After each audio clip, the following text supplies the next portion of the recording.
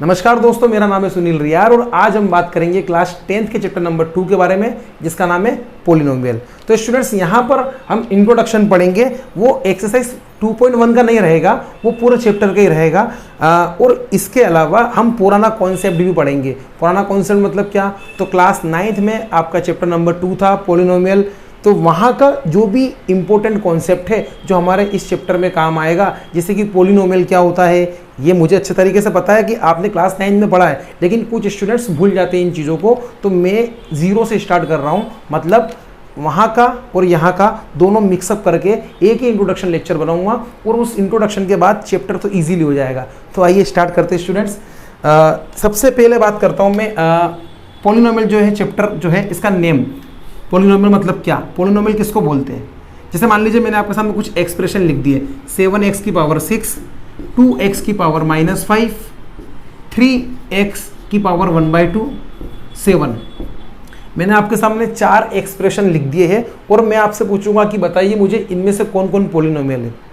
तो आप सोचने लगोगे कि फर्स्ट वाला है कि नहीं, सेकेंड वाला है कि नहीं, थर्ड वाले में आप सोचोगे और फोर्थ वाले में आप बोल दोगे कि फोर्थ वाला तो पॉलिनोमियल है ही नहीं, जो कि यहाँ पे तो x और y कुछ दिख ही नहीं रहा, तो ये तो पॉलिनोमियल है ही नहीं।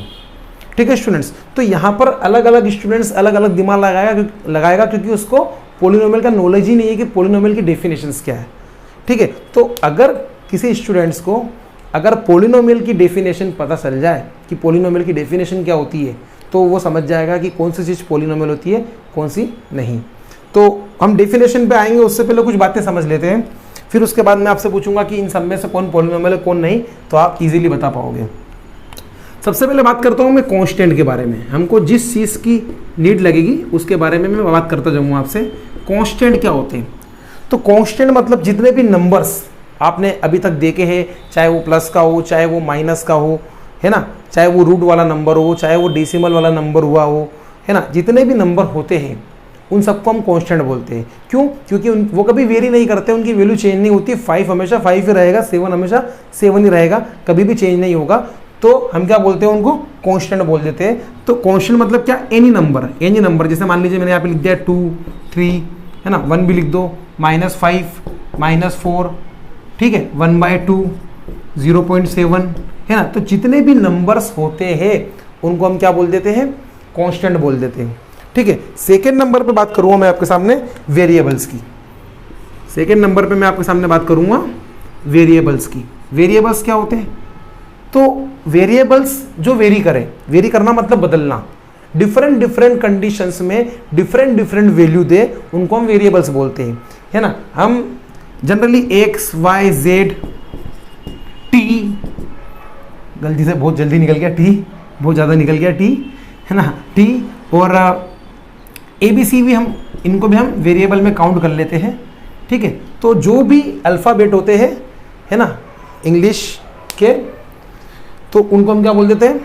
उनको हम वेरिएबल्स बोल देते हैं। कैसे बोलते हैं, क्यों होता है, मैं आपको बता देता हूँ एक बार। तो जैसे मान लीजिए मैं यहाँ पे एक इक्वेशन ले लेता हूँ। इक्वेशन आपने अभी ठीक से पढ़ा नहीं है, आपने छोटी क्लासों में ज़रूर पढ़ा होगा इसको, लेकिन मैं आपको बता देता हूँ। जो भी एक्सप्रेशन हो, है ना, जो भी एल्जेब्राइक एक्सप्रेशन हो, उसके अंदर अगर इक्वल का साइन लगे तो हम उसको इक्वेशन बोल देते हैं। तो यहाँ पे इक्वेशन का साइन लगा, मतलब इक्वल का साइन लगा हुआ है, तो ये एक इक्वेशन है। मैं आपसे पूछूंगा कि यहाँ पर क्या आप मुझे x की वैल्यू बता सकते हैं क्या है? तो आप बोलोगे यस सर बिल्कुल, 5 को आप उधर ले जाइए, साइन चेंज हो जाएगा, मतलब यहाँ पर x - 5 = 0 है, तो x = 5 हो जाएगा। मैं बोलूँगा आपसे बहुत बढ़िया, ठीक है। अब मैं आपको एक और इक्वेशन दूंगा, मैं आपसे बोलूँगा कि x - 7 = 0 एक इक्वेशन है। यहाँ पर आप x की वैल्यू बताइए, तो आप बोलोगे सर बहुत आसान है, 7 को उधर भेज दो तो प्लस का हो जाएगा, तो ये x = 7 हो जाएगा। ठीक है, तो आपसे मैं पूछूंगा कि वहाँ पर तो आप x की वैल्यू 5 बता रहे थे, यहाँ पर x की वैल्यू 7 बता रहे हैं, तो x की वैल्यू तो चेंज हो रही है। तो बिल्कुल हाँ, x की वैल्यू डिफरेंट कंडीशन में डिफरेंट होगी। तो कंडीशंस के हिसाब से बदलना, कंडीशन के हिसाब से वेरी करना, उसको हम वेरिएबल्स बोल देते हैं। तो यहाँ पे x वेरिएबल है, a, b, c, y, z, जितनी भी सारी चीज़ें होती है इन सबको हम वेरिएबल्स बोलते हैं, क्योंकि डिफरेंट इक्वेशन के हिसाब से इनकी डिफरेंट वैल्यू आती है। ये बदलते रहते हैं, ये वेरी करते रहते हैं, इसलिए इनको वेरिएबल्स बोलते हैं। तो ये तो कांस्टेंट थे स्टूडेंट्स, और ये है वेरिएबल। अब इसके अलावा मैं आपको एक और चीज़ बता देता हूँ, अपने लास्ट ईयर पढ़ी होगी होल नंबर्स क्या होते हैं। होल नंबर्स क्या होते हैं। तो होल नंबर आपको पता है कि 0 से स्टार्ट होने वाले नंबर को हम होल नंबर बोल देते हैं, जैसे 0 1 2 3 है ना, 4 5, ये आगे तक चलते जाते हैं इस तरीके से, ठीक है। तो इनको भी हम क्या बोल देते हैं, होल नंबर बोल देते हैं। तो 3 चीज़ों की ज़रूरत लगेगी हमको पॉलिनोमियल को समझने में। वो 3 चीज़ें हमने समझ ली है, कांस्टेंट क्या होता है, वेरिएबल क्या होता है और होल नंबर क्या होता है। अब मैं आपको डेफिनेशन बता देता हूँ, अब आप उस लायक बन चुके हो कि आप डेफिनेशंस को समझ सको। तो जो पॉलिनोमियल की डेफिनेशन होती है स्टूडेंट्स, वो ध्यान से देखिएगा। पॉलिनोमियल क्या होता है, तो पॉलिनोमियल में सबसे पहले हमको एक कांस्टेंट चाहिए। क्या चाहिए स्टूडेंट, कांस्टेंट। उसके बाद एक वेरिएबल चाहिए हमको, ठीक है, और उसकी पावर में लगाने के लिए हमको एक होल नंबर चाहिए। क्या चाहिए स्टूडेंट्स, एक होल नंबर चाहिए। तो मैंने आपके सामने बहुत सारे कांस्टेंट लिखे, आप कोई भी एक कांस्टेंट पकड़ लीजिए। मैंने आपके सामने बहुत सारे वेरिएबल लिखे, आप कोई भी एक वेरिएबल पकड़ लीजिए। और मैंने आपके सामने बहुत सारे होल नंबर लिखे, तो आप कोई भी एक होल नंबर पकड़ लीजिए। तो मान लीजिए आपने 3 को एज अ कांस्टेंट लिया, तो मैं यहाँ पे कांस्टेंट की प्लेस पे 3 पुट कर देता हूँ। वेरिएबल की प्लेस पे आपने x y z t a b c बहुत सारी चीज़ें आपके पास, तो आपने यहाँ से x उठा लिया, ठीक है। और होल नंबर आपके पास यहाँ पे 0 1 2 3 4 5 6 7 बहुत सारे, तो मैंने यहाँ से 5 उठा लिया। तो ये जो हमारे सामने एक एक्सप्रेशन बन के आया है, इस एक्सप्रेशन को हम पॉलिनोमियल बोल देंगे। अब आपके बात समझ में आ गई होगी कि पॉलिनोमियल क्या होता है। तो पॉलिनोमियल के लिए हमको क्या चाहिए, एक कांस्टेंट चाहिए, एक वेरिएबल चाहिए, और वेरिएबल की जो पावर होती है वो होल नंबर चाहिए। होल नंबर आप समझते हैं, 0 के बाद, मतलब 0 और 0 के बाद वाले जितने भी नंबर होते हैं, इंटीजर होते हैं, उनको हम क्या बोलते हैं, होल नंबर बोलते हैं। माइनस वाला नंबर नहीं चलेगा, डिवाइड वाला नंबर नहीं चलेगा, ठीक है, डेसिमल वाला नंबर नहीं चलेगा, मतलब रेशनल नंबर नहीं चलेगा। कुल मिला के क्या चाहिए चलेगा, होल नंबर चलेगा।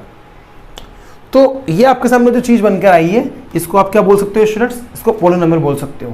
पॉलिनोमियल का जो फर्स्ट लेटर है वो क्या है, पी। तो इसलिए पॉलिनोमियल को हम पी से डिनोट करते हैं।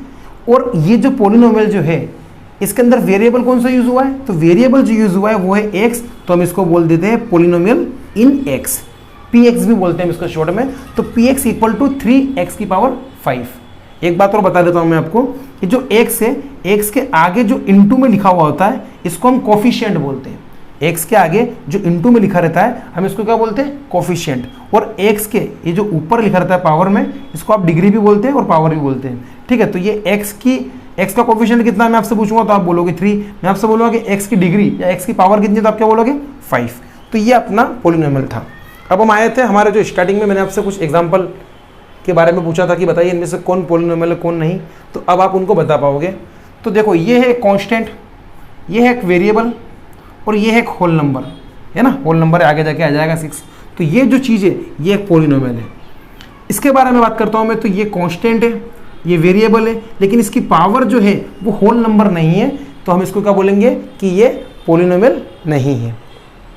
इसके बारे में बात करते हैं हम, तो ये है कांस्टेंट, ये है वेरिएबल, और इसकी पावर ये होल नंबर नहीं है, ये तो रेशनल नंबर है, तो हम क्या बोलेंगे कि ये भी पॉलिनोमियल नहीं है।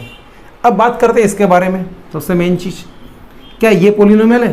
तो आप में से बहुत सारे स्टूडेंट्स देख के ही बोल देंगे कि सर ये पॉलिनोमियल नहीं है, इसमें तो वेरिएबल ही नहीं है। लेकिन आपको पता होगा कि अगर मैं x की पावर 0 कर दूं तो उसका मतलब 1 होता है। किसी भी वेरिएबल की पावर अगर हम 0 कर देते है ना, तो आंसर क्या आता है, 1 आता है, ठीक है। वेरिएबल हुआ या कोई भी कांस्टेंट हुआ, उसकी पावर आप 0 कर दोगे तो आंसर क्या आएगा, 1 आएगा। बस 0 की पावर 0 मत करना आप, ठीक है। तो बात करता हूँ मैं 7 के बारे में। 7 एक पॉलिनोमियल है या नहीं? मैंने अभी आपको बताया कि x की पावर 0 इक्वल टू 1 होता है, मतलब x की पावर अगर 0 आ जाए तो क्या आ जाएगा, 1 आ जाएगा। चाहे x की पावर 0 करो, चाहे y की पावर 0 करो, z की पावर 0 करो, किसी की भी पावर में अगर 0 होता है तो आंसर 1 आता है, ठीक है। तो यहाँ पर 7 लिखा हुआ है, क्या मैं 7 को 7 इंटू 1 बोल सकता हूँ क्या? आप बोलोगे यस सर बिल्कुल बोल सकते हैं, 7 इंटू 1 भी 7 ही होता है, ठीक है। तो अब मैं यहाँ पर इस 1 को हटाकर 1 की प्लेस पे क्या लिख सकता हूँ, x की पावर 0। तो मैं यहाँ पे 1 को हटाकर इसकी प्लेस पे क्या लिख रहा हूँ, x की पावर 0।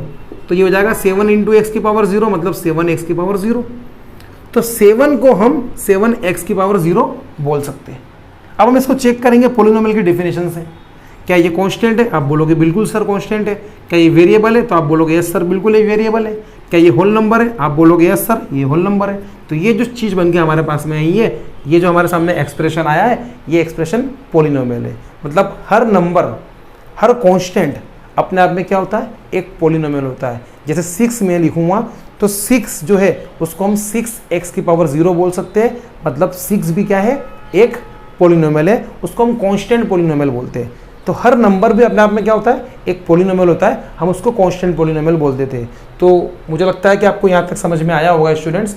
अगर आप इसको नोट करना चाहते हैं तो नोट कर लीजिए, क्योंकि ये बहुत बेसिक चीज़ें पॉलिनोमियल के बारे में आपको समझ में आनी चाहिए। ठीक है, नोट कर लीजिए इसको, इसके बाद हम आगे बढ़ेंगे। तो स्टूडेंट्स अभी मैंने आपको पॉलिनोमियल के बारे में समझा था कि पॉलिनोमियल किसको बोलते हैं। तो आपने बोला था कि सर एक कांस्टेंट होता है, एक वेरिएबल होता है और उसकी पावर होल नंबर होती है, तो हम उसको क्या बोल देते हैं? पॉलिनोमियल बोल देते हैं। तो मैं आपसे पूछूंगा कि क्या ये 2x², क्या ये एक पॉलिनोमियल है? आप बोलोगे सर ये कांस्टेंट है, ये वेरिएबल है, ये होल नंबर है। हाँ, ये एक पॉलिनोमियल है, पॉलिनोमियल इन x। मैं आपसे पूछूंगा स्टूडेंट्स 4x, क्या ये पॉलिनोमियल है क्या? तो अब आप ध्यान से देखिए, इसका जो कोफिशिएंट है वो तो 4 है, इसकी पावर में कुछ भी नहीं लिखा हुआ, मतलब हम 1 मान के चलते कि 1 इसकी क्या है? पावर है। तो ये तो क्या हो गया? कांस्टेंट। ये क्या हो गया? वेरिएबल। और 1 जो है वो एक होल नंबर होता है, तो इसकी पावर में कुछ नहीं है, मतलब 1 है, तो 1 होल नंबर है, तो हम क्या बोल देंगे? ये भी एक पॉलिनोमियल है। तो स्टूडेंट्स ये एक पॉलिनोमियल, ये भी एक पॉलिनोमियल। और अभी मैंने आपको एक चीज़ बताई थी, हर नंबर अपने आप में क्या होता है? एक पॉलिनोमियल होता है। तो मैंने आपके सामने यहाँ पे कितने पॉलिनोमियल लिख दिए स्टूडेंट्स? मैंने आपके सामने 3 पॉलिनोमियल लिख दिए, एक ये वाला, दूसरा ये वाला, तीसरा ये वाला। तो अब आप इनको ध्यान से देख रहे होंगे तो आप बोल रहे होंगे कि सर ये भी पॉलिनोमियल है, ये भी पॉलिनोमियल है, ये भी पॉलिनोमियल है, ये तो डिफरेंट टाइप हो गई। यहाँ पे तो पॉलिनोमियल में वेरिएबल ही नहीं दिख रहा है। माना कि ये कांस्टेंट पॉलिनोमियल हम इसको बोलते हैं, लेकिन यहाँ तो वेरिएबल नहीं दिख रहा है। यहाँ पे वेरिएबल दिख रहा है, उसकी कुछ पावर नहीं दिख रही है। यहाँ पे वेरिएबल दिख रहा है, उसकी कुछ पावर दिख रही है। तो क्या इनके अलग अलग नेम होंगे? इनकी पावर के बेस पे, है ना, या फिर वेरिएबल के बेस पे जो भी है। तो हाँ स्टूडेंट्स, उनके कुछ ना कुछ नाम होंगे। उन नाम को मैं आपको बताऊं उससे पहले मैं आपको बता देता हूं कि अगर हम पॉलिनोमियल में पॉलिनोमियल को ऐड करते या फिर माइनस करते, तो जो हमारे सामने रिजल्ट आता है, प्रोडक्ट आता है, वो भी पॉलिनोमियल ही होता है। अब आप बोलोगे सर क्या बोल रहे हैं? तो मैं समझाता हूँ आपको, ध्यान से देखिएगा बोर्ड पर। जैसे ये 2x² है, ठीक है, मैं इसके अंदर इसको प्लस कर देता हूँ, इसको भी प्लस कर देता हूँ, तो होगा तो कुछ भी नहीं, क्योंकि पावर डिफरेंट है, एडिशन पॉसिबल नहीं है। ये आपने पढ़ा होगा छोटी क्लासों में। तो यही अपने आप में इसका क्या होगा? यही अपने आप में इसका प्लस होगा, इसका एडिशन होगा। मतलब 2x² + 4x + 5। मैंने 3 पॉलिनोमियल को ऐड कर दिया, तो ये पूरा मिलके हमको एक पॉलिनोमियल मिला। और ये पॉलिनोमियल जो है, इसके अंदर वेरिएबल जो यूज हुआ है वो x यूज हुआ है, तो हम बोल देंगे इसको पॉलिनोमियल इन x। बात समझ में स्टूडेंट्स? 3 पॉलिनोमियल को ऐड करोगे तो भी हमको मिलेगा क्या? पॉलिनोमियल ही मिलेगा। तो अब आप देख रहे होंगे यहाँ पे कि ये जो पॉलिनोमियल था, इसके अंदर एक ही टर्म थी सिंगल। यहाँ पे भी जो पॉलिनोमियल था उसमें सिंगल टर्म थी, यहाँ पे जो पॉलिनोमियल था उसमें सिंगल टर्म थी। तीनों को ऐड किया तो 3 टर्म हो गई, 1 2 3। और एक और नया पॉलिनोमियल आ गया जिसको हमने नाम कर दिया उसका px। तो स्टूडेंट्स, टर्म के बेस पे, पावर के बेस पे पॉलिनोमियल के डिफरेंट नेम होते हैं। तो मैं आपको अब टाइप्स ऑफ पॉलिनोमियल बताने वाला हूँ। मैंने अभी आपको बताया कि पॉलिनोमियल में अगर पॉलिनोमियल को ऐड करते या माइनस करते तो आता पॉलिनोमियल ही है। आपके सामने 3 पॉलिनोमियल लिखे थे, तीनों को ऐड कर दिया तो एक ही पॉलिनोमियल बन के आया। ये पूरा एक पॉलिनोमियल है, तो इसका हमने नाम रख दिया px, तो ये एक पॉलिनोमियल हो गया। ठीक है स्टूडेंट्स, तो इस पॉलिनोमियल के अंदर टर्म कितनी है? तो इस पॉलिनोमियल के अंदर 3 टर्म, मतलब 3 टर्म है। इसके अंदर 1 टर्म ही थी, इसके अंदर 1 टर्म ही थी, इसके अंदर भी 1 टर्म ही थी। तो टर्म के बेस पे पॉलिनोमियल के अलग अलग नेम होते हैं। पावर की बात अगर मैं करूँ डिग्री, तो उसके बेस पे भी पॉलिनोमियल के अलग अलग नेम होते हैं। तो मैं अब आपको टाइप्स ऑफ पॉलिनोमियल बताने वाला हूँ on the basis of power and term. तो नेक्स्ट टॉपिक है हमारा टाइप्स ऑफ पॉलिनोमियल। ध्यान से देखिएगा स्टूडेंट्स, पॉलिनोमियल क्या होता है ये मैं आपको बता चुका हूँ। अब मैं आपको पॉलिनोमियल के टाइप्स के बारे में बताना चाहूँगा कि पॉलिनोमियल कितने टाइप के होते हैं। तो बेसिकली पॉलिनोमियल के 2 टाइप होते हैं। सबसे पहले तो हम बात करें टर्म के बेस पे पॉलिनोमियल के नेम अलग अलग होते हैं, और पावर डिग्री के बेस पे पॉलिनोमियल के नेम अलग अलग होते हैं। जैसे मान लीजिए किसी पॉलिनोमियल के अंदर एक ही टर्म है, जैसे मैंने अभी आपके सामने लिखा था जब मैं टर्म की बात करूँगा तो मैं पावर की बात नहीं करूँगा। तो जैसे मान लीजिए मैंने यहाँ पे लिखा 2x², इसके बाद प्लस या माइनस करके कुछ भी चीज़ आपको दिखाई नहीं दे रही तो आप क्या बोलोगे, सर इसके अंदर एक ही टर्म है। तो जिस पोलिनोमियल में सिंगल टर्म होती है उसको हम मोनोमियल बोलते हैं। क्या बोलते हैं स्टूडेंट्स? मोनोमियल। ये हम टर्म के बेस पे बात कर रहे हैं, मोनोमियल। ये एग्जाम्पल किसका है? मोनोमियल का एग्जाम्पल है। अगर मैं टर्म बढ़ा दूँ, टर्म बढ़ा के अगर मैं 2 कर दूँ तो एग्जाम्पल जैसे मैंने यहाँ पे लिख दिया 2x+4, तो ये भी एक पोलिनोमियल है, ये भी एक पोलिनोमियल है, दोनों का एडिशन हो गया तो ये पूरा एक पोलिनोमियल बन गया है। लेकिन इसके अंदर टर्म 2 है, एक ये और दूसरी ये, तो हम इसको बोलेंगे, जब पोलिनोमियल के अंदर 2 टर्म हो जाती है तो हम उसको बोलते थे बाइनोमियल। बाइनोमियल। अगर टर्म 3 हो जाए तो जैसे इस तरीके से 2x² + 4x + 7, 3 टर्म हो गई इसके अंदर, तो इसको हम ट्राइनोमियल बोलते थे स्टूडेंट, ट्राइनोमियल। ठीक है। अब इसके बाद अगर स्टूडेंट्स टर्म 3 से ज़्यादा हो जाए तो जैसे 4x³ + 3x² + 7x + 7, अब बताओ कितनी टर्म हो गई? तो 1 2 3 4 टर्म हो गई, चाहे प्लस में हो चाहे माइनस में हो, है ना, टर्म एक ही काउंट होगी वो। तो 1 2 3 4, तो 4 टर्म हो गई, तो हम इसको बोलेंगे क्वाड्रिनोमियल।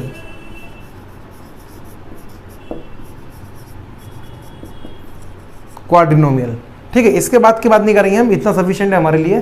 तो किसी भी पोलिनोमियल में अगर एक टर्म हो तो हम उसको मोनोमियल बोलते हैं, 2 टर्म हो तो बाइनोमियल, 3 टर्म हो तो ट्राइनोमियल, 4 टर्म हो तो क्वाड्रिनोमियल। ठीक है स्टूडेंट्स। अब अगर बात करूं मैं पावर के बेस पे, पावर मतलब डिग्री, तो किसी भी पोलिनोमियल के अंदर अगर पावर मतलब वेरिएबल की पावर, है ना, वेरिएबल की पावर अगर 0 हो, जैसे कि अभी मैंने लिखा था आपके सामने 7, क्या 7 को मैं 7x की पावर 0 बोल सकता हूँ क्या? आप बोलोगे यस सर बिल्कुल। तो यहाँ पे वेरिएबल की पावर क्या है? 0 है।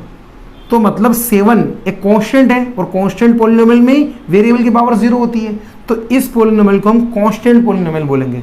ठीक है स्टूडेंट्स। यहाँ पे पावर कितनी है? 0 है, तो इसको हम कांस्टेंट पोलिनोमियल बोलेंगे, कांस्टेंट पोलिनोमियल। ठीक है। किसी भी पोलिनोमियल की अगर पावर 1 है, पावर 1 है मतलब जैसे मान लीजिए मैंने 2x+4 लिखा है, यहाँ पे भी लिखा था, तो 2x+4, आपको एक बात और अच्छे से मैं बता दूं, जैसे मैंने यहाँ पे पोलिनोमियल लिखा है 2x² + 4x + 7, तो ये पोलिनोमियल है। मैं अगर इसकी डिग्री की बात करूं, इसकी पावर की बात करूं कि इस पोलिनोमियल की डिग्री कितनी है, तो जो मैक्सिमम पावर वाली टर्म होती है, जैसे कि मैक्सिमम पावर वाली टर्म यहाँ पे कितनी है? 2 है, तो इस पूरे पोलिनोमियल की डिग्री या इस पूरे पोलिनोमियल की पावर कितनी है? 2 है। यहाँ पे इस पोलिनोमियल की पावर कितनी है अगर बात करूँ डिग्री की? तो 3 है, क्योंकि मैक्सिमम पावर वाली जो टर्म होती है उसी को हम क्या बोलते हैं? पूरी पोलिनोमियल की डिग्री बोल देते, पूरे पोलिनोमियल की पावर बोल देते हैं। तो यहाँ पर आप ध्यान से देखिए, मैं बात कर रहा हूँ यहाँ पे डिग्री के बारे में, पावर के बारे में, मैं वहाँ पे बात नहीं कर रहा था, मैं यहाँ पे बात कर रहा हूँ। तो यहाँ पर इस पोलिनोमियल की डिग्री कितनी है? 0, तो इसको हम कांस्टेंट पोलिनोमियल बोल देंगे। यहाँ पर इस पोलिनोमियल की डिग्री कितनी है? तो यहाँ पे ऊपर कुछ भी नहीं लिखा हुआ है, मतलब 1 लिखा हुआ है, 1 मैक्सिमम पावर है। ठीक है, तो हम इसको क्या बोल देंगे? क्या बोल देंगे? Linear polynomial. अब आप पूछोगे सर लीनियर मतलब क्या, तो ये पता चलेगा आपको। लीनियर पोलिनोमियल स्टूडेंट्स को इसलिए बोलते हैं क्योंकि जब हम इसका ग्राफ बनाते हैं, जब हम इसको ग्राफिकली रिप्रेजेंटेशन करते हैं इसका, तो वहाँ पर जब हम इसका ग्राफ बनाएंगे तो ग्राफ हमको इसका एक लाइन के फॉर्म में मिलेगा, एक स्ट्रेट लाइन के फॉर्म में मिलेगा। तो लाइन मिलती है, इसलिए हम इसको क्या बोल देते हैं? Linear polynomial. ठीक है स्टूडेंट, जब हम आगे करेंगे तो आपको समझ में आएगा। अब बात करते हैं नेक्स्ट, पावर मतलब पावर 2, ये सबसे इंपॉर्टेंट है। 2x² - 4x + 4, जैसे मान लीजिए मैंने ये पोलिनोमियल ले लिया, मैं इसकी टर्म के बारे में बात नहीं कर रहा हूँ, मैं सिर्फ और सिर्फ पावर के बारे में बात कर रहा हूँ यहाँ पर। तो यहाँ पर पावर जो है वो कितनी है? 2 है। मैक्सिमम पावर कितनी है? 2 है, तो इसकी डिग्री कितनी है? 2 है। तो जिस भी पोलिनोमियल की डिग्री 2 होती है उसको हम क्वाड्रेटिक पोलिनोमियल बोलते हैं। क्या बोलते हैं स्टूडेंट्स? क्वाड्रेटिक पोलिनोमियल बोलते हैं। ये सबसे इंपॉर्टेंट है, हमको पूरे चैप्टर में मैक्सिमम यही पढ़ना है, क्वाड्रेटिक पोलिनोमियल। अगर डिग्री 3 कर दूं मैं, जैसे ये मैंने टर्म कितनी ली उससे कोई मतलब नहीं, हम पावर की बात करेंगे। पावर कितनी है यहाँ पे? 3 है। डिग्री कितनी है? 3 है। तो इस पोलिनोमियल को हम बोलेंगे क्यूबिक पोलिनोमियल। क्या बोलेंगे स्टूडेंट्स? Cubic polynomial. अगर पावर 4 हो तो पावर अगर 4 हो तो क्या बोलोगे स्टूडेंट्स, इस तरीके से 4x की पावर 4 + 2, ये एक पोलिनोमियल है। तो यहाँ पर पावर कितनी 4 है, तो हम इसको बोलेंगे by quadratic polynomial, by quadratic polynomial. ठीक है स्टूडेंट्स, तो मैंने आपके सामने यहाँ पर टाइप्स ऑफ पोलिनोमियल के बारे में बात कर ली है। टाइप्स ऑफ पोलिनोमियल हमने दो बेस पर पढ़ा है। नंबर एक जो हमारा बेस है वो on the basis of term के बेस पे जो पोलिनोमियल होते हैं उनके ये कुछ नेम मैंने आपके सामने बताया। अगर टर्म एक ही हो तो मोनोमियल बोल देते हैं, टर्म अगर 2 हो जाए तो बाइनोमियल, 3 हो जाए तो ट्राइनोमियल, अगर टर्म 4 हो जाए तो क्वाड्रिनोमियल बोल देते हैं। पावर के बेस पर अगर हम बात करें, डिग्री के बेस पर अगर हम बात करें तो डिग्री अगर 0 हो तो उसको हम क्या बोलते हैं, कांस्टेंट पोलिनोमियल। अगर डिग्री 1 हो तो हम उसको लीनियर पोलिनोमियल बोल देते हैं। डिग्री अगर 2 हो तो हम उसको क्वाड्रेटिक पोलिनोमियल बोल देते हैं। 3 हो तो हम उसको क्यूबिक बोल देते हैं, और 4 हो तो बाई क्वाड्रेटिक पोलिनोमियल बोल देते हैं। तो स्टूडेंट्स पोलिनोमियल क्या होता है ये मैं आपको बता चुका हूँ। मैंने आपको ये भी बताया कि अगर हम किसी पोलिनोमियल में पोलिनोमियल को ऐड करते हैं तो भी हमको जो फाइनल रिजल्ट मिलता है वो भी पोलिनोमियल ही होता है। ठीक है, फिर हमने टाइप्स ऑफ पोलिनोमियल पढ़ लिए हैं। अब हम पढ़ेंगे वैल्यूज ऑफ पोलिनोमियल, है ना। नेक्स्ट हमारा जो टॉपिक रहेगा वो रहेगा वैल्यूज ऑफ पोलिनोमियल। मैं डिफरेंट वैल्यू पर पोलिनोमियल की वैल्यू आपको निकाल के बताऊंगा। ठीक है, तो ये आप नोट कर लीजिए, अगर करना चाहते हो तो बहुत काम की चीज़ है। स्टूडेंट्स मैं आपके सामने पहले कुछ स्टैंडर्ड फॉर्म लिख देता हूँ। मेनली एक तो क्वाड्रेटिक पोलिनोमियल है उसका, और एक लीनियर पोलिनोमियल है उसका। जैसे मान लीजिए मैंने यहाँ पे लिखा px = ax + b। ये जो फॉर्मेट है ये लीनियर पोलिनोमियल का फॉर्मेट है। मतलब आप a और b की प्लेस पर डिफरेंट वैल्यू पुट करेंगे स्टूडेंट्स, तो आपको डिफरेंट पोलिनोमियल मिलते जाएंगे। तो ये वाला जो फॉर्मेट है, ये वाला जो स्टैंडर्ड फॉर्म है वो किसका है, ये लीनियर पोलिनोमियल का है ना।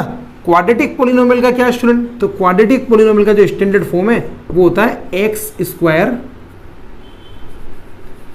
ax² + bx + c।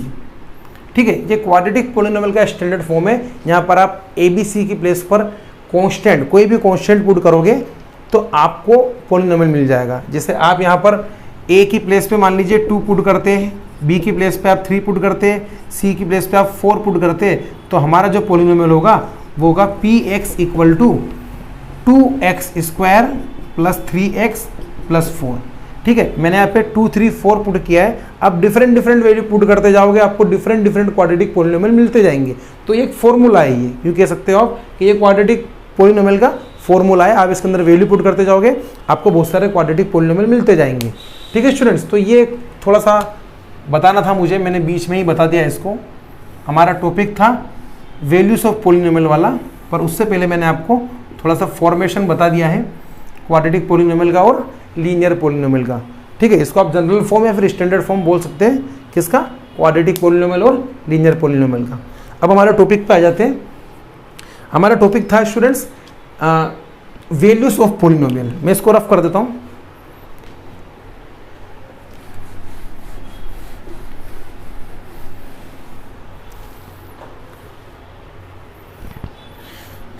तो स्टूडेंट्स वैल्यूज ऑफ पोलिनोमियल में मैं आपको क्वाड्रेटिक पोलिनोमियल की एग्जांपल दूंगा, क्योंकि क्वाड्रेटिक पोलिनोमियल ही हमारा मेन कॉन्सेप्ट है। हमारा जो चैप्टर 2 है क्लास 10th का, उसके अंदर हमको बेसिकली क्वाड्रेटिक पोलिनोमियल ही पढ़ना है, और जब हम आगे जाके चैप्टर 4 पढ़ेंगे तो उसमें हमको क्वाड्रेटिक इक्वेशन पढ़ना है। तो क्वाड्रेटिक पोलिनोमियल हमारे लिए बहुत काम की चीज़ है स्टूडेंट्स, वही हम करने वाले इस पूरे चैप्टर में।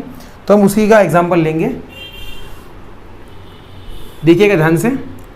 मैंने एक पोलिनोमियल लिया स्टूडेंट्स x² - 7x + 12। ये एक पोलिनोमियल लिया मैंने स्टूडेंट्स, जिसका वेरिएबल x है, तो px बोलेंगे हम इसको। px = x² - 7x + 12। ठीक है स्टूडेंट्स, तो मैं एक काम करना चाह रहा हूँ इसके अंदर। मैं यहाँ पर x की डिफरेंट वैल्यू पुट करूँगा, तो मुझे पोलिनोमियल की डिफरेंट वैल्यू मिलेगी। उसी को हम बोल देंगे वैल्यूज ऑफ पोलिनोमियल। ठीक है, ध्यान से देखिएगा आप। जैसे मैं यहाँ पे x = 1 पुट करना चाह रहा हूँ, x = 1 पुट करना चाह रहा हूँ, तो जहाँ पर x लिखा है वहाँ हम 1 पुट कर देंगे। तो ये हो जाएगा p1 1 का स्क्वायर माइनस 7 इंटू 1 प्लस 12। ठीक है स्टूडेंट्स, तो 1 का स्क्वायर 1 हो जाएगा, 7 इंटू 1 माइनस 7 प्लस 12। तो आप ध्यान से देखिए ये और ये दोनों प्लस के, तो 1 और 12 13 हो जाएंगे, 13 में से 7 जाएगा तो आंसर हमारा 6 आ जाएगा। तो आपने क्या देखा स्टूडेंट्स कि ये जो हमारे पास पोलिनोमियल था इसके हमने x इक्वल टू 1 पर वैल्यू कितनी निकाल ली स्टूडेंट्स, 6 निकाल ली। x इक्वल टू 1 पर पोलिनोमियल की वैल्यू कितनी है, 6 है। तो इसी को हम बोलते हैं वैल्यूज ऑफ पोलिनोमियल, मतलब डिफरेंट डिफरेंट x की वैल्यू पर हम px की डिफरेंट डिफरेंट वैल्यू निकालते हैं। ठीक है स्टूडेंट्स, एक और एग्जांपल लेता हूं मैं आपके सामने। यहाँ पे अगर मैं x इक्वल टू यहाँ पे 2 पुट कर दूं तो क्या होगा, ध्यान से देखिएगा। x इक्वल टू अगर मैं 2 पुट करता हूं तो जहां पर x लिखा है हम वहां पर 2 पुट कर देंगे, तो ये हो जाएगा P2 इक्वल टू 2 का स्क्वायर माइनस 7 इंटू 2 प्लस 12। ठीक है स्टूडेंट्स, तो 2 का स्क्वायर जो है वो होता है 4 माइनस 7 इंटू 2 कितना हो जाएगा 14 प्लस 12। तो स्टूडेंट्स ये जो है 4 प्लस का है, ये जो है 12, ये भी प्लस का है, दोनों ऐड हो जाएंगे, कितना हो जाएगा 16, और 16 में से 14 जाएगा तो आंसर कितना आ जाएगा स्टूडेंट्स 2 आ जाएगा। तो आप क्या बोलोगे स्टूडेंट्स कि सर हमने x इक्वल टू 2 पुट किया तो पोलिनोमियल की वैल्यू कितनी आ गई, 2 आ गई। तो x इक्वल टू 2 पर इस पोलिनोमियल की वैल्यू कितनी हो गई, 2 हो गई। ठीक है स्टूडेंट्स, मैं आपको बता रहा हूँ एक एक चीज़ें करके एग्जाम्पल से। तो x इक्वल टू 1 पर पोलिनोमियल की वैल्यू ये हो गई, x इक्वल टू 2 पर पोलिनोमियल की वैल्यू ये हो गई। एक और मैं पुट कर देता हूँ आपके सामने, एक या दो मैं और पुट करूंगा। x इक्वल टू मैं 3 पुट करने वाला हूँ स्टूडेंट्स, अब ध्यान से देखिएगा, सबसे इंपॉर्टेंट ये है x equal to 3, x equal to 3। तो x इक्वल टू 3 पुट करेंगे तो p यहाँ पे हो जाएगा 3 इक्वल टू 3 का स्क्वायर माइनस 7 इंटू 3 प्लस 12। ठीक है स्टूडेंट्स, तो यहाँ पर 3 का स्क्वायर कितना होता है स्टूडेंट्स 9 माइनस 7 इंटू 3 मतलब 21 प्लस 12। तो आपने क्या देखा स्टूडेंट्स कि यहाँ पर 3 का स्क्वायर 9 आ गया, 7 इंटू 3 21 आ गया, 12 ये आ गया। ये दोनों प्लस के हैं तो दोनों ऐड हो जाएंगे, 21 ये माइनस का है 21 माइनस 21 इक्वल टू कितना हो गया स्टूडेंट्स 0 हो गया। क्या हो गया 0 हो गया। तो आपने क्या देखा स्टूडेंट्स कि इस x की वैल्यू ने पूरे पोलिनोमियल को क्या कर दिया 0 कर दिया। जैसे ड्राइव करने वाले को ड्राइवर बोलते हैं, राइड करने वाले को राइडर बोलते हैं, तो 0 करने वाले को जीरोस बोल देते हैं। यहाँ पर राइन नहीं जमी मैं जानता हूँ, लेकिन आप मेरी बात को समझिए, है ना। 0 करने वाले को क्या बोलते हैं जीरोस बोल देते हैं, है ना। तो इस पोलिनोमियल को किसने 0 कर दिया, इस x इक्वल टू 3 ने 0 कर दिया। मतलब मैं तो डिफरेंट डिफरेंट वैल्यू पुट कर रहा था आपके सामने, मैं आपके सामने क्या पुट कर रहा था, डिफरेंट डिफरेंट वैल्यू पुट कर रहा था। पहले मैंने 1 पुट किया तो कुछ वैल्यू आई पोलिनोमियल की, मैंने 2 पुट किया तो कुछ वैल्यू आई पोलिनोमियल की, मैंने 3 पुट किया तो 3 पुट कर दिया जैसे ही मैंने, तो पूरा पोलिनोमियल क्या हो गया 0 हो गया। 0 हो गया मतलब पोलिनोमियल की वैल्यू क्या आ गई 0 आ गई। तो अब क्वेश्चन ये उठता है कि सर पोलिनोमियल को 0 करने वाले ऐसे कितने नंबर हो सकते हैं, है ना। यहाँ पर तो एक तो मिल गया हमको, एक और एग्जांपल देखते हैं हम। x इक्वल टू 4 पुट करके चेक करते हैं हम। तो x इक्वल टू 4 जैसे ही मैं पुट करूंगा स्टूडेंट्स तो ये हो जाएगा P4 equal to 4 square minus 7 into 4 plus 12। तो 4 का स्क्वायर होता है स्टूडेंट 16, ये हो जाएगा माइनस 28, ये हो जाएगा 12। 16 और 12 दोनों प्लस के, तो ये दोनों ऐड होकर 28 हो जाएंगे, और माइनस में 28 लिखा हुआ है, आंसर हमारा 0 आ जाएगा। मतलब 4 ने भी पोलिनोमियल को क्या कर दिया 0 कर दिया। तो आप सोच रहे होंगे कि सर ऐसे कितने नंबर है जो पोलिनोमियल को 0 करेंगे। ठीक है, मतलब पोलिनोमियल के जीरोस कितने होंगे। जैसे यहाँ पर x इक्वल टू 3 पोलिनोमियल का जीरोस था। क्यों जीरोस था, क्योंकि उसने पोलिनोमियल को 0 कर दिया। पोलिनोमियल को जो 0 कर दिया उसको जीरोस बोलते हैं, है ना। तो ये x इक्वल टू 3 भी क्या है 0 है इसका, और x इक्वल टू 4 भी इसका क्या है 0 है, क्योंकि इसने भी पोलिनोमियल को 0 कर दिया। तो क्वेश्चन ये उठता है कि सर 0 कितने होंगे। हमारे पास तो नंबर इनफाइनाइट है, 1 2 3, आपने 1 2 3 4 पुट करा, ये नंबर तो इनफाइनाइट होते हैं। तो आगे जाके और कौन से नंबर होंगे जो इस पोलिनोमियल को 0 कर देंगे। अच्छा क्वेश्चन है ये, बहुत बढ़िया क्वेश्चन है कि किसी भी पोलिनोमियल के 0 कितने होते हैं। तो यहाँ पे जो पोलिनोमियल है हमारा वो कौन सा पोलिनोमियल है उस पर डिपेंड करता है कि 0 कितने होंगे मैक्सिमम।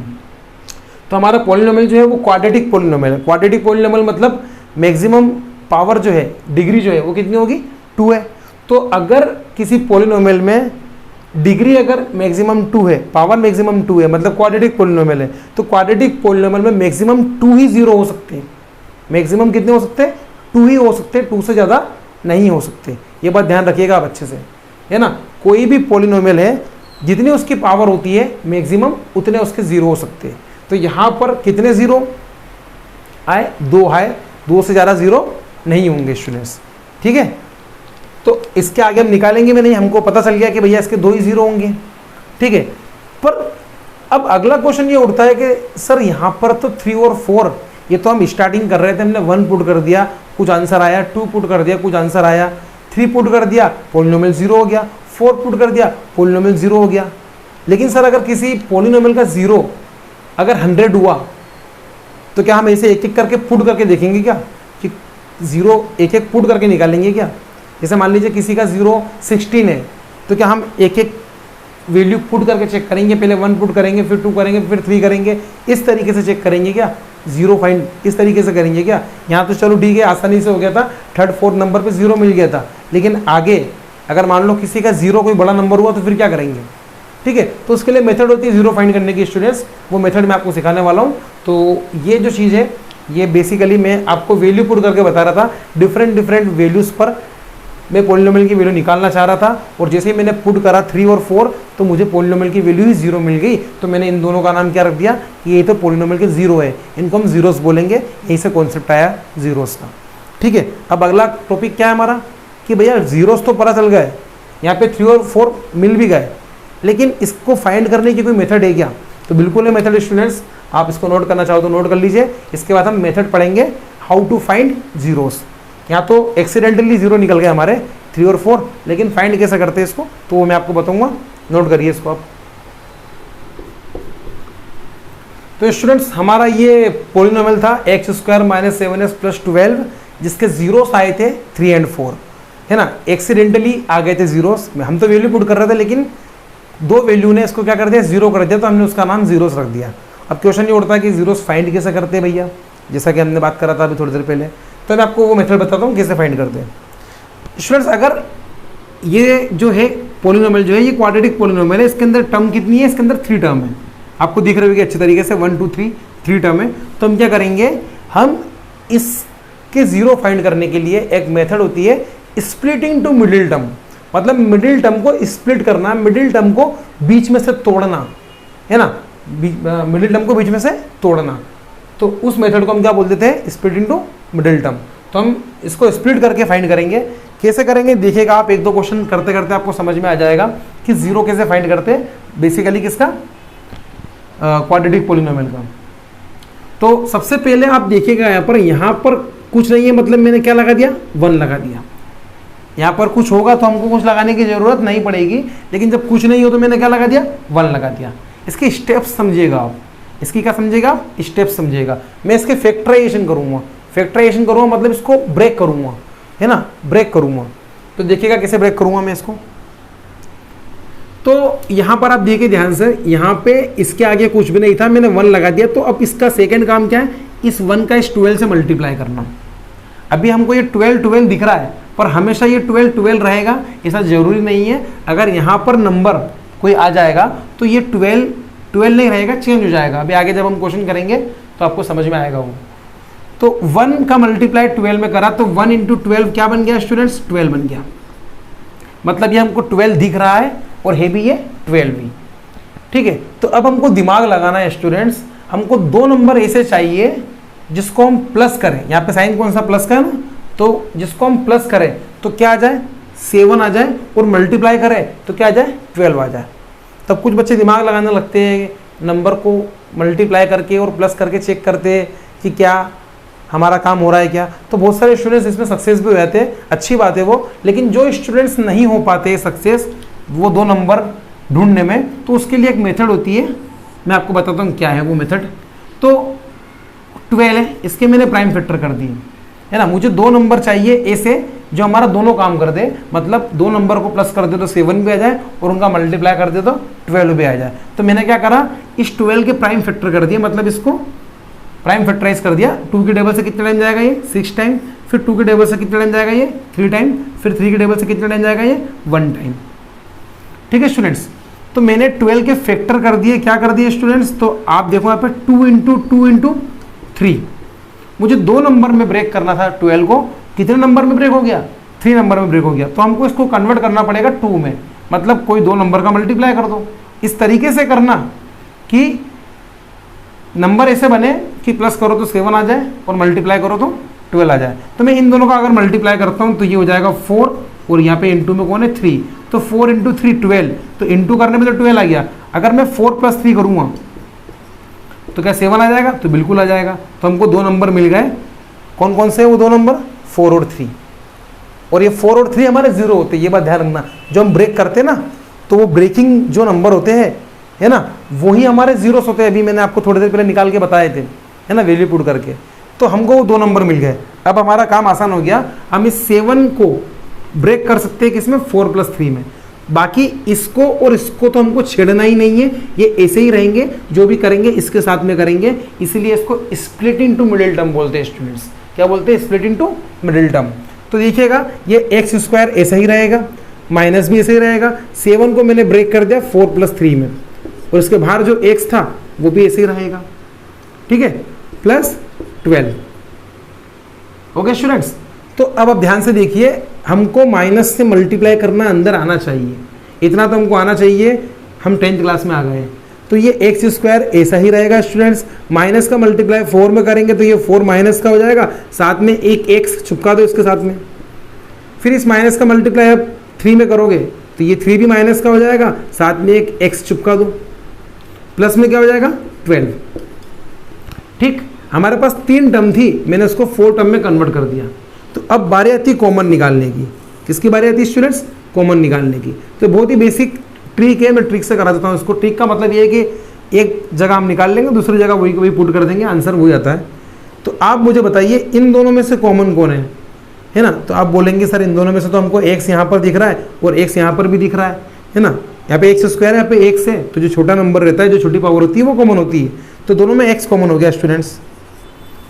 तो अगर मैं इस x को, मतलब मैं अगर इस x से इस x² को डिवाइड करूंगा तो x² अपॉन x, एक x से एक x कैंसिल हो जाएगा, तो एक x बचेगा, उसको मैंने अंदर लिख दिया। ठीक है, माइनस इसको डिवाइड करूंगा इससे, मतलब 4x को डिवाइड करूंगा x से, तो x से x कैंसिल हो जाएगा, बचेगा कितने स्टूडेंट 4 बचेगा। तो जो बचेगा वो यहाँ आ जाएगा। बात समझ में आ गया आपको। फिर से देखिए, ये x² था, पहले मैंने आपसे क्या बोला, इन दोनों में कॉमन कौन, आपने बोला सर x कॉमन है। तो x जो कॉमन होता है हम डिवाइड करते हैं उससे, है ना। तो x² को अगर x से डिवाइड करूंगा तो एक x से एक x चला जाएगा, बचेगा क्या एक x, वो अंदर आ जाएगा। Minus as it is 4x को x से डिवाइड करूंगा, x से x कैंसिल हो जाएगा, बचेगा कितना 4, वो 4 यहाँ आ जाएगा। अब जो स्टूडेंट्स यहाँ पर आया है उसी को एज इट इज यहाँ पर लिख दो एक बार। x - 4 यहाँ पे जो आया है उसी को मैंने यहाँ पे लिख दिया। और ध्यान से देखा कि ऊपर जो टर्म थी वो क्या थी, ऊपर टर्म थी 3x, मतलब माइनस का 3x + 12। ठीक है, ब्रैकेट में क्या आ गया x - 4। तो इसका मतलब कॉमन कौन आ गया होगा, अंदर ब्रैकेट में x आया, जबकि यहाँ पे x के साथ में कौन था -3 था। इसका मतलब -3 बाहर कॉमन रह गया होगा। बात समझ में आई आपको। फिर से देखो आप, जैसे ये x - 4 आया, इस x - 4 को मैंने यहाँ पर पुट कर दिया ऐसे के ऐसे ही। फिर मैंने चेक करा कि ये पहले था क्या, तो पहले ये x जो था वो x नहीं -3x था। इसका मतलब -3x इसके साथ में नहीं आया, वो बाहर रह गया होगा -3। तो स्टूडेंट्स ये दोनों सेम है, कॉमन है ये दोनों, तो हम इसको एक ही बार लिख देंगे यहाँ पे x - 4, और ये और इसको हम दोनों को एक ब्रैकेट में लिख देंगे, तो ये हो जाएगा x - 3। तो हमारे पास जो पॉलिनोमियल था उसको हमने मल्टीप्लाई में ब्रेक कर दिया, हमने उसको फैक्टराइज कर दिया। अब बारी है 0 निकालने की। अब बारी है क्या निकालने की स्टूडेंट्स, 0 निकालने की। तो 0 निकालने के लिए ये जो हमने फैक्टर करे हैं, हम इसको 0 के इक्वल रख देंगे। हम इसको किसके इक्वल रख देंगे स्टूडेंट्स, 0 के इक्वल रख देंगे। तो 4 zeros हम इसको 0 के इक्वल रख देंगे, मतलब x - 4 x - 3 = 0। स्टूडेंट्स दो नंबर का मल्टीप्लाई अगर 0 आ रहा है दो नंबर का मल्टीप्लाई अगर 0 आ रहा है तो हो सकता है ये वाला नंबर 0 रहा होगा या ये वाला नंबर 0 रहा होगा। ठीक है, एग्जाम्पल से बताता हूँ। जैसे मान लीजिए 6 × 0 क्या आएगा, 0 आएगा। तो दो नंबर का मल्टीप्लाई अगर 0 आ रहा है तो दोनों में से एक 0 रहा होगा, चाहे वो फर्स्ट वाला 0 रहे चाहे वो सेकेंड वाला 0 रहे, आंसर 0 ही आता है। हो सकता है दोनों 0, ये भी हो सकता है। ठीक है स्टूडेंट्स, तो यहाँ पर हमारे पास ये एक नंबर है, ये भी एक नंबर है, इन दोनों का मल्टीप्लिकेशन 0 आ रहा है, तो या तो ये 0 रहा होगा या फिर ये 0 रहा होगा। तो मैं यहाँ पे लिख देता हूँ आइदर x - 4 = 0 और x - 3 = 0। अगर x - 4 0 के इक्वल रहा होगा तो 4 को वहाँ भेज देंगे तो x = कितनी वैल्यू आ जाएगी, 4 आ जाएगी। ठीक है स्टूडेंट्स, अगर x - 3 है तो 3 को उधर भेज देंगे तो x = क्या हो जाएगा, 3 हो जाएगा। मतलब मैंने आपसे क्या बोला था, किसी भी क्वाड्रेटिक पॉलिनोमियल के मैक्सिमम 2 zeros होते हैं तो वो 2 zeros यहाँ पर निकल गए, मतलब x की जो वैल्यू होती है वही zeros होती है। तो आपके सामने यहाँ पे एक क्वाड्रेटिक पॉलिनोमियल मैंने लिया था, उसके 0 मैंने आपको फाइंड करके बताया किस तरीके से करते हैं। आगे जाके हम इन दोनों 0 में से एक 0 का नेम रख देंगे अल्फा, मतलब x की 2 वैल्यू आ रही ना, तो एक वैल्यू को बोल देंगे अल्फा और एक वैल्यू को बोल देंगे बीटा। ठीक है स्टूडेंट्स, तो ये जो कॉन्सेप्ट था, ये कॉन्सेप्ट था हमारा चैप्टर नंबर 2 पॉलिनोमियल का। आगे जो भी चीज़ें आएगी इसके अंदर ऐड होगी, मैं चाह रहा हूँ मैं आपको उसी में बताऊँ, नहीं तो यहाँ पे बताने लगा तो इंट्रोडक्शन बड़ा हो जाएगा।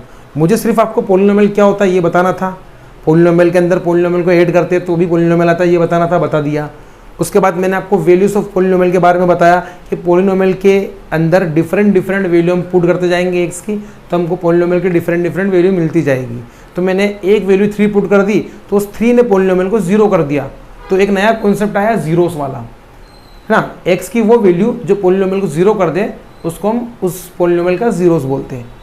ठीक है, तो 3 ने भी 0 कर दिया, इसको 4 ने भी 0 कर दिया।